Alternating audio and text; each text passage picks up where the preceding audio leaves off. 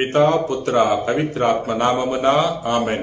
ప్రియ సహోదరి సహోదరులారా, నేడు సామాన్య 27వ ఆదివారాన్ని కొనియాడుతున్నాం. ఈరోజు మనం ధ్యానం చేసుకునే మొదటి పట్టణము ఆదికాండము 2వ అధ్యాయము 18వ వచనం నుండి 24వ వచనం వరకు. అంతటా దేవుడైన యావే నరుడు ఒంటరిగా ఉండుట మంచిది కాదు, అతనికి తోడుగా స్త్రీని సృష్టింతును అనుకొనెను. అప్పుడు దేవుడైన యావే నరుని గాఢ నిద్రపోవునట్లు చేసెను. అతడు నిద్రపోవునప్పుడు ఆయన అతని ప్రక్కటెముక ఒక దానిని తీసి ఆ చోటును మరలా మాంసముతో పూడ్చెను. తాను నరుని నుండి తీసిన ప్రక్కటెముకను స్త్రీగా రూపొందించి దేవుడైన యావే ఆమెను అతని వద్దకు తోడ్కొని వచ్చెను. అప్పుడు నరుడు, చివరకు ఈమె నా వంటిదైనది, ఈమె నా ఎముకలలో ఎముక, నా దేహములో దేహము, ఈమె నరుని నుండి రూపొందించినది కావున నారి అనెను. ప్రియ సహోదరి సహోదరులారా, నేటి మొదటి పట్టణములో యావే దేవుడు మన ఆది తల్లిదండ్రులను సృష్టించడం గురించి ధ్యానం చేసుకుంటున్నాం. దేవుడు నరుని సృష్టించిన తర్వాత నరుడు ఒంటరిగా ఉండటం మంచిది కాదు అని తలచి నరునికి తోడుగా నారిని సృష్టించాడు. నరుని యొక్క ప్రక్కటెముక నుండి సృష్టిస్తున్నాడు. వారిద్దరూ కలిసి జీవించాలి, వారిద్దరూ దేవుని చిత్తాన్ని నెరవేర్చాలి అని దేవుడు కోరుకున్నాడు. ప్రియా మిత్రులారా, పునీత అగస్టిన్ గారు తెలియజేస్తున్నాడు, దేవుడు స్త్రీ పురుషులను సమానంగా సృష్టించాడు.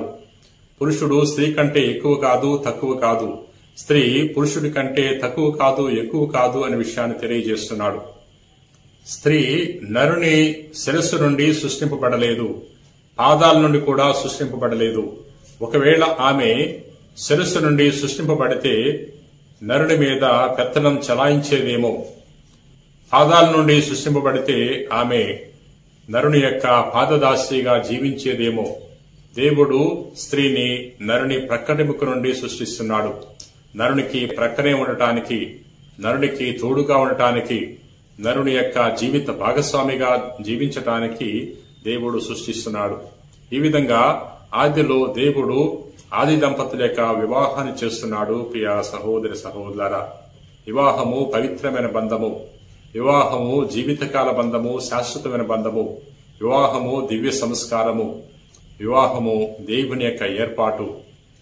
అందుకనే నేటి సువార్తలో యేసు ప్రభు పరిసయ్యులకు, ధర్మశాస్త్ర బోధకులకు ఈ విధంగా తెలియజేస్తున్నాడు.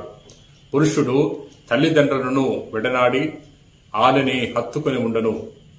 వారిద్దరూ భిన్నశరీరులు కాక ఏకశరీరులై ఉన్నారు.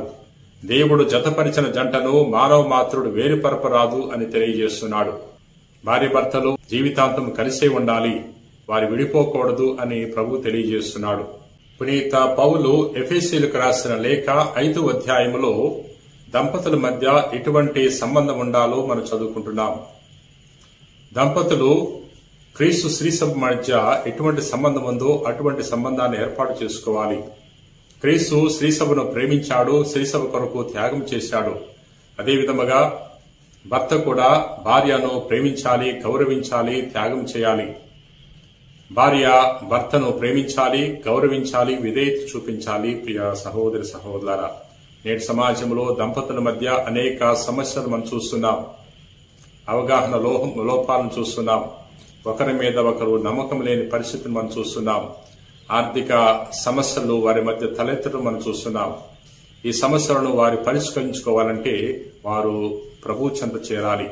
ఎందుకంటే వారు దేవుని చేత జత చేయబడ్డారు కాబట్టి వారి మధ్య వచ్చిన సమస్యను కూడా దేవుడే తీసివేస్తాడు. ప్రియ సహోదరి సహోదరులారా, మరియ యేసేపులు దైవ చిత్తాన్ని తెలుసుకుని దైవ చిత్త ప్రకారంగా జీవించారు.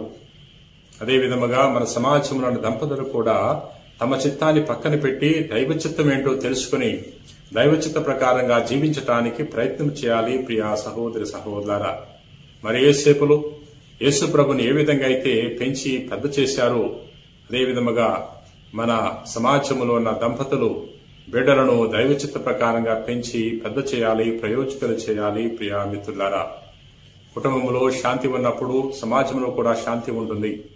కుటుంబంలో దంపతులు బిడ్డలను క్రమశిక్షణతో పెంచాలి, ఆధ్యాత్మిక చింతనతో పెంచాలి. అప్పుడు సమాజంలో మరి శాంతి, ప్రేమ మరియు సమాధానము వర్ధిల్లుతుంది. ప్రియ సహోదరి సహోదరులారా, మరి రోజున ప్రత్యేకముగా మన కుటుంబాలను ప్రభువు దీవించాలని వేడుకుందాం. ప్రేమ కలిగిన ప్రభువా, దయగిన సర్వేశ్వర, ప్రభు ఈ రోజున నీ వాక్యం ద్వారా మాతో మాట్లాడినందులకు నీకు వందనాలు. ప్రభు ఈ రోజున మా కుటుంబాల కోసం ప్రార్థన చేయించున్నాం. ముఖ్యంగా ఏ కుటుంబంలో అయితే సమస్యలున్నాయో ఆ కుటుంబాలను దీవించమని, వారికి కావలసిన ఐకమత్యాన్ని మరియు విశ్వాసాన్ని, నమ్మకాన్ని, ప్రేమను ప్రసాదించమని ప్రార్థన చేయించున్నాం. ఈ రోజున ఈ ప్రార్థనలో ఎవరెవరైతే ఏకీభవిస్తున్నారో వారి యొక్క మనవులను దయతో ఆలకించమని మా నాథుడైన క్రీస్తు ద్వారా మనవి చేయించున్నాం తండ్రి. ఆమెన్.